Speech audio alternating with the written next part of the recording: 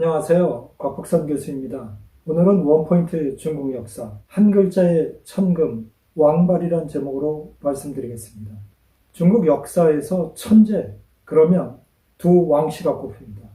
한 왕씨는 왕필, 왕필은 한나라가 무너지고 조위가 섰을 때의 유명한 학자였습니다. 하지만 그도 28살에 죽었는데요. 그에 못지않게 천재였던 사람이 당나라 초기에 시인이자 문장가였던 왕발입니다.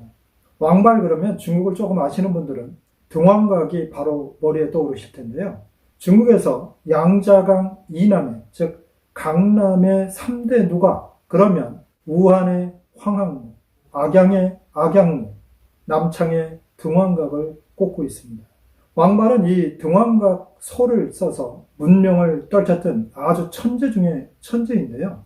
사실 중국의 누각들을 제가 돌아다니면서 느꼈던 것은 누각이 아름다워서 유명하다기보다는 그곳에 유명한 사람이 시를 쓰거나 문장을 썼기 때문에 그 누각이 유명하다는 걸 알게 됐습니다. 황학무는 이 시간에도 소개해드렸습니다만 그 유명한 최호가 거기서 황학무 시를 써서 이태백조차 최호의 시를 내가 도저히 뛰어넘는 시를 쓸 수 없다. 그래서 황학무에 대한 시를 못 썼다는 고사가 있을 정도로 유명한 시가 있는데요. 그 구절이 지금도 제 머릿속에 남아 있습니다. 일모 향관 하처시 연파 강상 사인수. 해는 뉘엿뉘엿 지는데 내 고향은 도대체 어디에 있는 것인가. 강물 위에 피어오르는 안개가 나로 하여금 근심에 잠기게 하는구나. 악양루에 가시면 제가 이 시간에도 소개드렸던 범중엄이 쓴 악양루기가 기록되어 있습니다. 놀랍게도 범중엄은 악양루에 가보질 않았습니다만 자기 친구가 악양루를 중수했을 때 제발을 보내준 것입니다. 거기에 보면 우리가 잘 아는 선우 후락, 선 천하지 우이우, 후 천하지 락이라. 천하의 백성들이 근심하는 것에 앞서서 근심해야 되고 천하 백성들이 즐거워한 뒤에 즐거워한다. 선우 후락이란 네 글자로 우리가 표현하는데요. 모름지기 관료가 된 자는 이러한 태도를 가져야 한다는 게 범중엄의 사상이었고 핵심을 나타내는 네 글자였습니다. 그래서 악양루는 더욱더 유명합니다. 등왕각은 왕발이 아주 젊은 나이인 25 또는 26살 또는 일서는 14살에 썼다고 그러는데요. 제가 보기에는 25 내지 6살이 맞는 것 같습니다. 이 왕발의 천재성을 조금 말씀드리면 이미 6살에 어른들과 함께 놀랍게도 능숙한 시를 쓸 수 있었다고 합니다. 더 놀라운 것은 9살에 그 유명한 안사고라는 사람이 한서, 즉 중국의 역사서인데요. 한서에 대해서 주해를 했습니다. 우리는 그거를 주라고 그러는데요. 이 주에 대해서 9살짜리 꼬맹이가 그것을 전부 살펴본 뒤에 틀린 부분을 전부 지적해냈습니다. 여러분 생각해 보세요. 초등학교 3학년이 그 유명한 학자가 쓴 주석서를 비평을 가했다.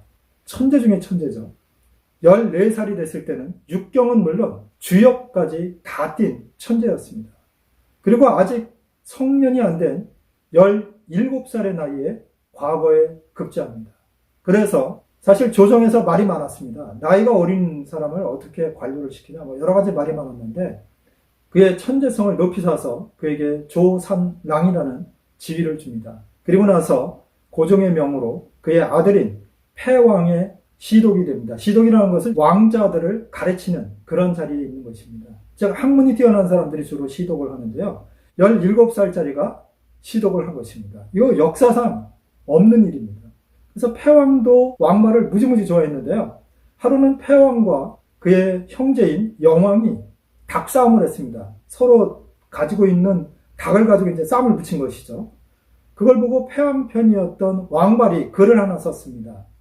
격, 영왕, 계문. 자기 주군의 상대편인 영왕의 닭을 토벌하는 경문, 이런 뜻입니다. 물론 장난으로 쓴 건데요. 이게 너무 문장이 좋다 보니까 고종한테까지 그 문장이 올라갔습니다. 그걸 본 고종은 노발대발했습니다. 아니 이놈이 우리 황실의 왕끼리 서로 싸움하게 만든단 말이냐? 이런 못된 놈이, 이렇게 이야기를 한 뒤에 장안에서 추방하라, 이렇게 명령을 내렸습니다. 겨우 중앙정계에 들어왔는데 17살 되던 해에 시독이 되고 승승장구하는가 싶었는데 결국 바깥으로 쫓겨났습니다. 그래서 2, 3년이 흐른 뒤에 괴짜 참군이 됐는데 문제는 자기가 거느리고 있던 노비가 잘못을 저지르고는 살려달라고 그러면서 숨겨달라고 그러니까 나이가 그렇게 많지 않았던, 즉 20대 초반이었죠. 왕발이 그를 숨겨줬습니다. 거기까진 좋았는데요. 나중에 이게 발각이 나면 본인도 처벌을 받게 되니까 쥐도새도 모르게 노비를 처형했습니다. 이건 좀 지나쳤죠. 근데 그게 발각이 나면서 결국 사형 언도를 받게 되는데요. 다행히도 사면이 됩니다. 그래서 감옥에서 1년 정도 살고 나서 나오게 되는데 그의 재주를 아낀 사람들이 황제에게 권해서 벼슬을 주려고 했습니다. 그런데 왕발은 거절했습니다. 자가 1년 동안 어린 나이지만 감옥에 있어 보니까 인생이 허무하게 느껴졌던 것입니다. 내가 벼슬하면 뭐 한단 말이냐. 이런 생각을 갖게 됐고 그는 거절을 했습니다. 그 이유 중에 하나는 자기 아버지가 자기의 그 살인사건 때문에 저 머나먼 교지는 지금의 베트남 북부입니다. 교지 땅으로 거의 유배간 곳입니다. 교지 현령으로 갔는데요. 아버지가 자기 때문에 참화를 입는 걸 보면서 벼슬길의 뜻이 없어진 것입니다. 그래서 아버지에게 인사하러 교지로 가는데요. 그 중간에 지금의 강서성 남창을 거쳐가게 됩니다. 예전에 거기를 홍주라고 그랬습니다. 그런데 그때 마침 남창에 세워진 등왕각이 있었는데요.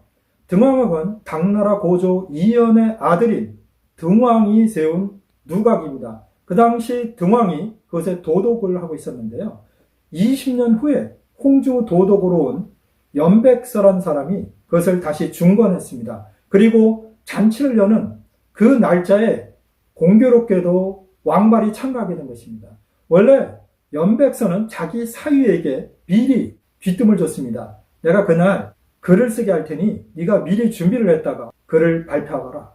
그래서 좌중에 있던 사람들은 벌써 사위가 분명히 그날 글을 쓸 것이다. 그러니까 우리는 글을 쓰면 안 된다. 이게 서로 묵계가 되어 있는데 외지에서 온 왕발은 그걸 알 리가 없었죠.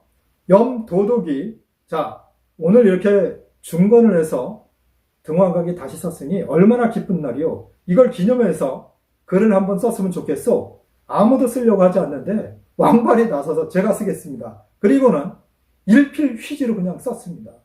단 한 번도 고치지 않았다는 게 역사적인 이야기인데요. 왕발이 그 쓰는 걸 보면서 연백서가 속으로 껄끄러웠지만 뭐 어떻게 할 수가 없었죠. 부하들을 시켜서 쓰고 있는 글의 내용을 시시각각으로 듣고 있었습니다. 그런데 그 중간에 너무도 유명한 글귀이자 사실 왕발이 유명해졌던 아주 중요한 글귀가 나오는데요. 낙하, 여, 고무, 제비, 추수, 봉, 장천, 일세. 해가 뉘엿뉘엿 지는 저녁에 짝이른 기러기가 날아가는데 마치 날이 저물어가는 것과 이 기러기가 홀로 날아가는 게 굉장히 잘 어울리지 않습니까? 태양이 지금 막 지고 있는데 기러기가 여러 마리가 가는 게 아니라 한 마리가 끼룩끼룩 하면서 날아가는 모습이 이 눈에 선합니다. 그리고 그 다음 구절이 명구절 중에 하나인데요. 등왕각은 강변에 서 있는데요. 가을물의 색깔이 하늘, 저 먼 하늘의 색과 같다. 이렇게 글을 쓴 것입니다. 그 문장을 듣는 순간 연백서에 약간 못마땅했던 마음은 눈 녹듯이 녹았습니다. 이야, 정말 천하의 명문이로고 그 뒤는 어떻게 되느냐? 그리고 계속 이제 받아 적었는데요. 마지막에 왕발이 등왕각서를 쓰고 나서 뒤에 가서 시를 씁니다. 그 시의 마지막 구절이 또 엄청난 명문으로 꼽히는데요. 각중 제자 금화제 함유의 장강 공자류. 이 뜻은 이렇습니다. 이 누가간에 있었던 왕의 귀족들은 다 어디로 갔는고? 이 누각 난간밖에 장강만이 부질없이 흘러가는구나. 이런 뜻입니다. 굉장히 인생의 어떤 허무함을 느끼게 하는 시구절이지만 이 한자나 음을 이렇게 추적해 보시면요. 굉장히 명문입니다. 저도 이걸 보면서 정말 왕발이 정말 글을 잘 쓰는구나 이런 느낌을 가졌습니다. 그런데 이 등왕각서 중간에 이런 구절이 있습니다.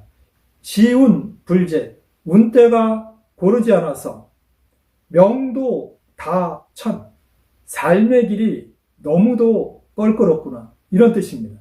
본인의 처지를 이제 물론 쓴 건데요. 이 왕발은 그 시를 쓰고 나서 아버지한테 갑니다. 그리고 교지에 갔다가 아버지가 비참하게 사는 걸 보고는 거기서 조금 머물고 있다가 지금의 광주으로 왔다가 아버지를 보러 1년쯤 후에 배를 타고 바다로 나갔다가 바다에서 풍랑을 만나서 빠져 죽습니다. 그때 나이가 27살입니다. 그런데 왕발을 원래 자기 아들들끼리 싸움하게 만든다, 이렇게 해서 내쫓았던 고종이 등왕각서를 보고 나서는 감탄을 금치 못했습니다. 금방 소개드렸던 그 구절들을 보면서 계속 감탄을 금치 못하다가 곁에 있는 황단에게 이렇게 이야기를 했습니다.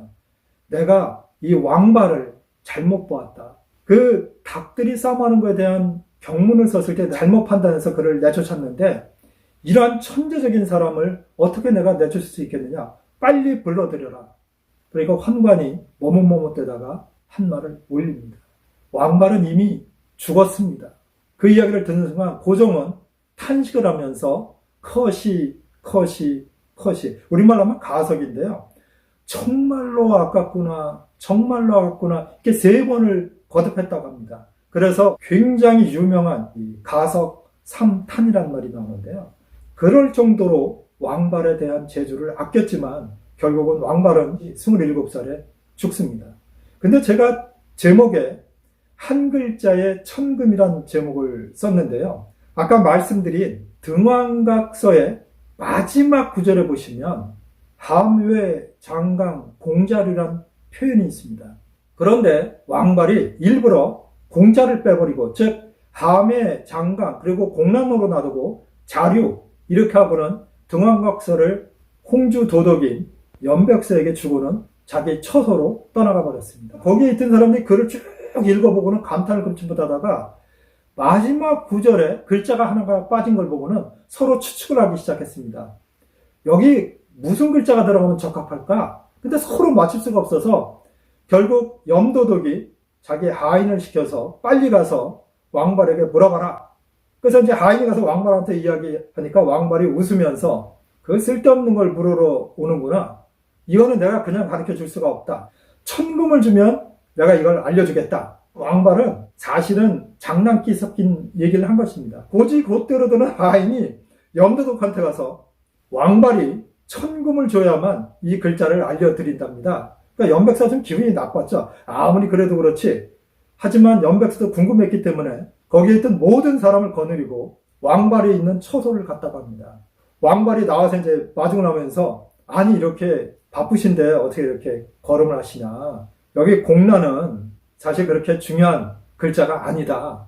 그냥 공으로 있는 것이다. 벌써 이미 여러 번 공이란 말을 계속하고 있죠. 그래서 연백서는 못 알아차리고 있는 것입니다. 그러니까 할 수 없이 왕발이 공자를 써줍니다. 부질없다는 뜻이죠. 그걸 본 연백서는 무릎을 쳤습니다. 정말 천하의 절기로다. 그러면서 정말로 자기가 갖고 왔던 은 1000냥을 왕발에게 줬다는 고사가 있습니다. 정말 그랬는지 안 그랬는지 모르겠지만 저는 정말로 그 공짜 하나가 천금에 해당한다고 생각합니다. 왕발의 등왕각서 한번 시간이 나시면 한번 읽어보셨으면 좋겠습니다. 이 왕발은 중국에서 초당의 천재로 꼽히면서 그 짧은 인생 속에 80여 수나 되는 글을 남겼습니다. 왕발에 대한 이야기를 보면서 미인만 방명하는 게 아니라 천재도 방명하는 게 아닐까 이런 생각이 들고요. 너무 이른 나이에 모든 걸 다 알게 되니까 일반 사람이 볼 때는 너무 경솔하게 보이지 않았나 이런 생각이 듭니다. 그 사람들은 모든 걸 다 판단하고 있기 때문에 저희 같은 범인들이 모르는 걸 아니까 그냥 이야기를 내뱉는 것입니다. 하지만 우리가 볼 때는 경박해 보이는 면이 있었겠죠.